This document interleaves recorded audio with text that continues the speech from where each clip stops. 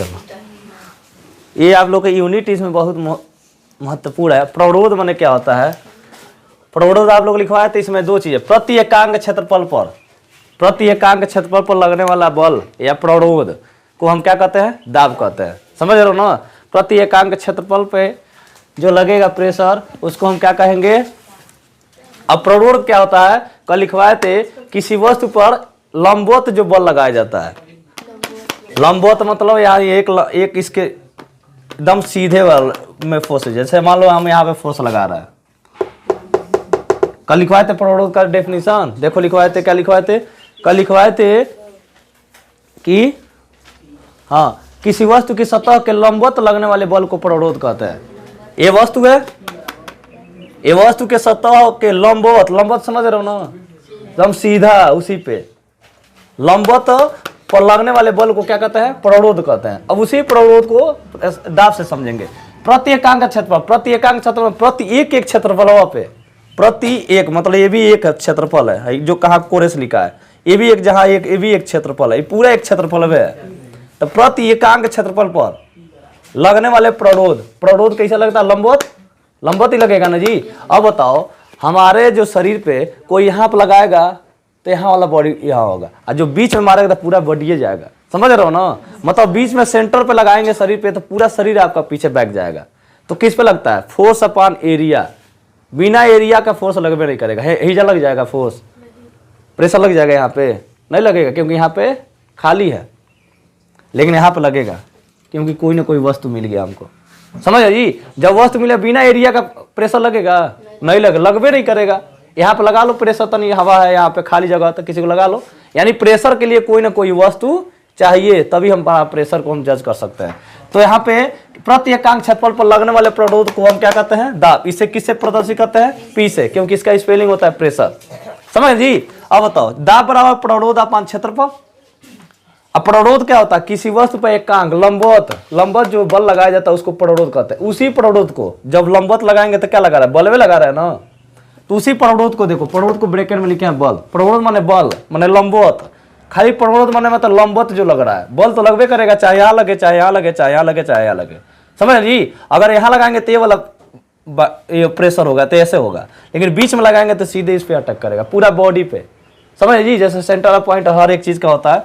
तो दाब बराबर प्रवरोध अपॉन क्षेत्रफल, दाब बराबर बल बटा, इसी प्रवरोध को क्या बोल दिया उन्हें? बल। तो दाब को किससे डिनोट करते हैं? पी से। अब बल का स्पेलिंग क्या होता है? फोर्स, इसीलिए उसको किससे डिनोट कर दिए हैं? क्षेत्रफल को किससे बोलते हैं? एरिया, इसीलिए उसको क्या बोलते हैं? ए। यानी कि फोर्स अपॉन एरिया। बिना एरिया का प्रेशर लगा देंगे किसी चीज पे? नहीं लगा। हमने यहाँ पे प्रेशर लगा रहा है, कोई फील ही नहीं होगा, क्योंकि यहाँ पे एरिया है या नहीं है, निर्वात है, खाली जगह। हमने यहाँ पे लगाना स्टार्ट कर दिया तो देखो पूरा एरिया पे लगा रहा है, पूरा इसके एरिया पे लगा रहा है। तो अगर एरिया ना रहा तो हम बल लगाते हैं? नहीं लगाते। हम यहाँ पे क्यों नहीं लगा पा रहे हैं?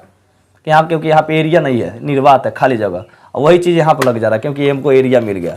तो एरिया पे ही हम फोर्स लगाते हैं, उसी को हम बोलते हैं दाब। कोई चीज़ आपको मारता है तो बिना दर्द होता है, प्रेशर लगता है, तो किस वजह से? क्योंकि एरिया पे आपने कोई बल लगाया तुरंत बहुत तेज, तब आपको फील होता है कि हमने चोट लगाया। समझ रहे जी? यानी प्रेशर से कोई मारता, बहुत तेज मारता है तो वही P = फोर्स अपॉन एरिया। तो ये फार्मूला आपका हो गया। अब इसका यूनिट क्या होता है? P का मात्रक यूनिट क्या होता है? P बराबर F अपॉन A। फोर्स का मात्रक जन्म कहते हैं न्यूटन। एरिया किसी भी चीज का, जैसे मान लो एरिया है, एरिया किसी भी चीज का कैसे होता है? लंबाई गुणा चौड़ाई। और उसका यूनिट क्या होता है? वर्ग इकाई होता है कि नहीं क्षेत्रफल का? तो अगर मान लो हमने एरिया मीटर में नापा तो मीटर स्क्वायर, सेंटीमीटर में नापा तो सेंटीमीटर स्क्वायर, फीट में नापा तो फीट स्क्वायर। मतलब किसी भी चीज का जो एरिया लगाएंगे उसका लंबाई गुणा चौड़ाई पे ही लगता है। जैसे हमारे शरीर पे कोई लगाया फोर्स, कोई बल लगा रहा है तो ये लंबाई हो गया, ये चौड़ाई हो गया। तो इसका जब गुणा करेंगे तो पूरा एरिया पे लगाएगा। समझ रहे हो ना? तभी पूरा एरिया जाकर पीछे बैक करता है। तो इसका एरिया का सूत्र क्या होता है? मीटर गुणे लंबाई गुणे चौड़ाई। हमारा शरीर का लंबाई है, ये चौड़ाई, तो लंबाई गुणे चौड़ाई, तो मीटर मीटर मीटर स्क्वायर। इसीलिए जो P का मात्रा होता है न्यूटन प्रति मीटर स्क्वायर। आप खाली सूत्र याद रखिए, यूनिट आपको ऑटोमेटिक याद रहेगा। नहीं तो इतना इसमें यूनिट है फिजिक्स में, इतना यूनिट है आपका हालत खराब हो जाएगा। बताओ, अगर ये फोर्स अपॉन एरिया समझ गए कैसे होता है, कैसे प्रेशर लगता है, किसी एरिया पे जितना फोर्स लगाया जाता है उसी को बोलते हैं प्रेशर। तो F अपॉन A याद रखिए, F का मात्रक याद रखिए। एरिया आप बचपन से पढ़ते आ रहे हैं, क्षेत्रफल का स्क्वायर होता है, मतलब यूनिट का स्क्वायर होता है, तो मीटर स्क्वायर होगा तो न्यूटन प्रति मीटर स्क्वायर। कई बच्चे यहाँ पे गड़बड़ कर देते हैं, न्यूटन प्रति मीटर लिख देते हैं, न्यूटन इंटू मीटर और बटा यहाँ पे दे देगा केजी और प्रति मीटर स्क्वायर। तो कई बच्चे यहाँ पे देते हैं न्यूटन प्रति metre square, newton into second metre square.